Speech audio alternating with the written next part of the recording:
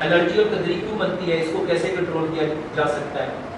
میرے محترم بھائیو، جب ہمارا خون گندا ہوتا ہے، جب ہمارا خون گندا ہوتا ہے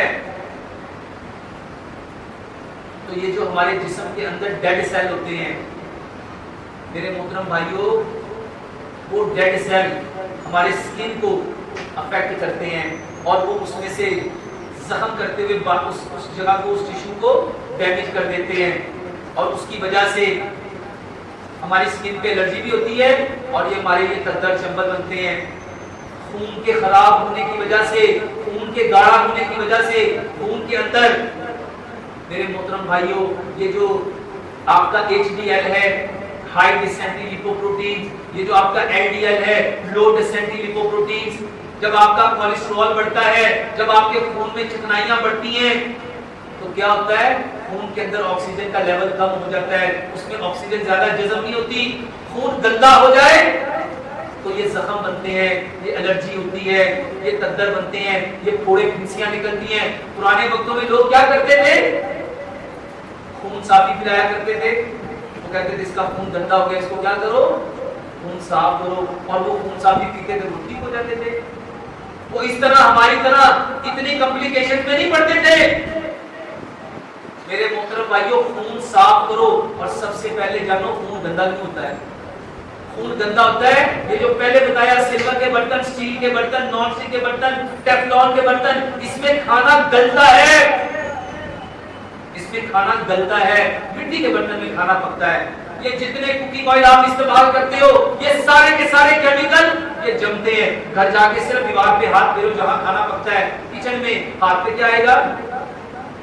اگر ایگزاسٹ فین کو اتارو گے تو وہاں کیا آئے گا؟ اچھا، لوگ کہتے ہیں یہاں ڈسٹ ہوتی ہے، اس وجہ سے وہ چکناہٹ آتی ہے۔ کبھی سنک کا پائپ دیکھا ہے جہاں برتن دھوتے ہیں، وہ چوک کیوں ہو جاتا ہے؟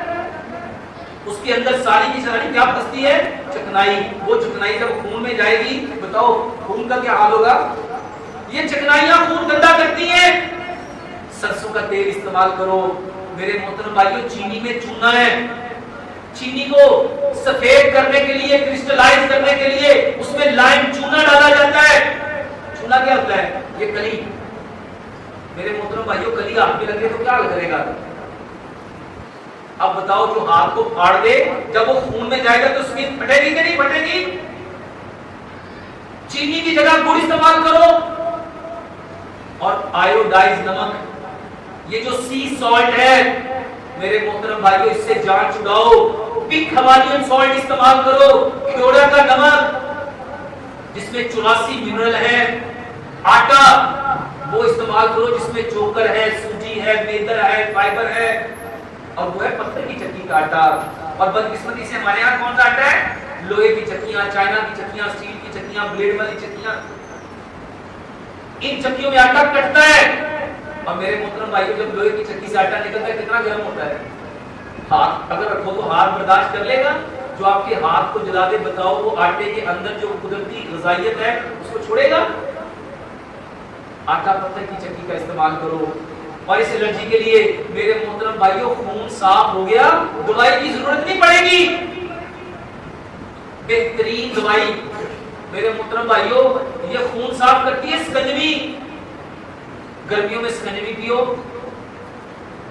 گڑ والی سکنجوی بناؤ، سبز دھنیا اور پودینہ میرے محترم بھائیوں رگڑ کے 1 چمچ سکنجوی کے 1 گلاس پانی میں ڈالو، صبح بھی، دوپہر بھی، شام بھی یہ پیو۔ اور جہاں تدری ہوگی ہے وہاں پہ میرے محترم بھائیوں کیلا لگاؤ، کیلا، صرف کیلا لگا کے دیکھو، بسم اللہ پڑھو، سورۃ فاتحہ پڑھو، کیلا لگاؤ، صبح بھی، دوپہر بھی، شام بھی، واللہ دوسرے دن تدری ٹھیک ہو جائے گی۔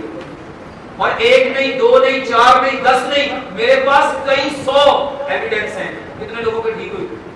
وہ بتاؤ اس میں حل کیا ہے؟